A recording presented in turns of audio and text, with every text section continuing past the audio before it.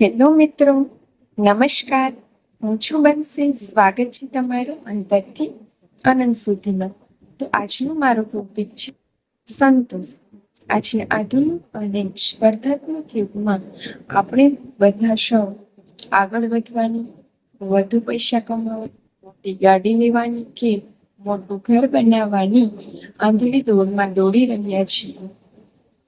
પરંતુ જે એક વસ્તુ છે તે ગુમાવી રહ્યા છીએ તે છે સંતોષ. તો સંતોષ એટલે શું?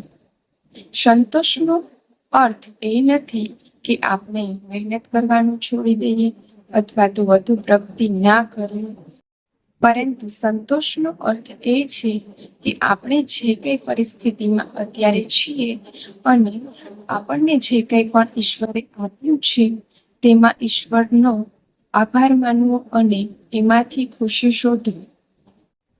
સંતોષ શા માટે જરૂરી છે? તો સંતોષી માણસ હંમેશા માનસિક રીતે શાંત રહે છે અને જ્યારે મન શાંત હોય છે ત્યારે સ્વાસ્થ્ય પણ સારું રહે છે. સંતોષી માણસને એ વાતનો ડર નથી હોતો કે મારી પાસે આ નથી તે નથી. જ્યારે અસંતોષ એ દુઃખનું મુખ્ય કારણ છે.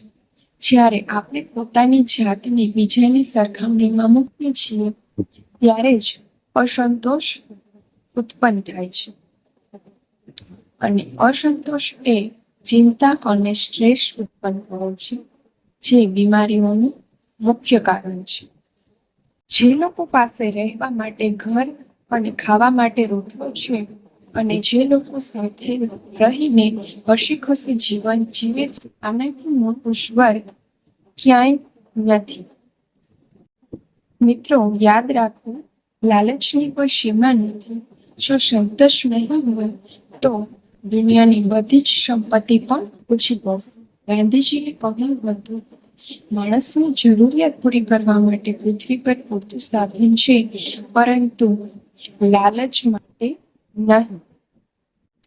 તેથી આપણે મહેનત કરીએ, પ્રગતિ કરીએ, પરંતુ સાથે સાથે સંતોષનો ગુણ પણ કેળવીએ, કારણ કે સંતોષી નર હંમેશા સદા સુખી.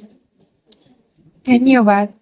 જય હિન્દ, જય ભારત. ફરી મળીશું નેક્સ્ટ વિડીયોમાં.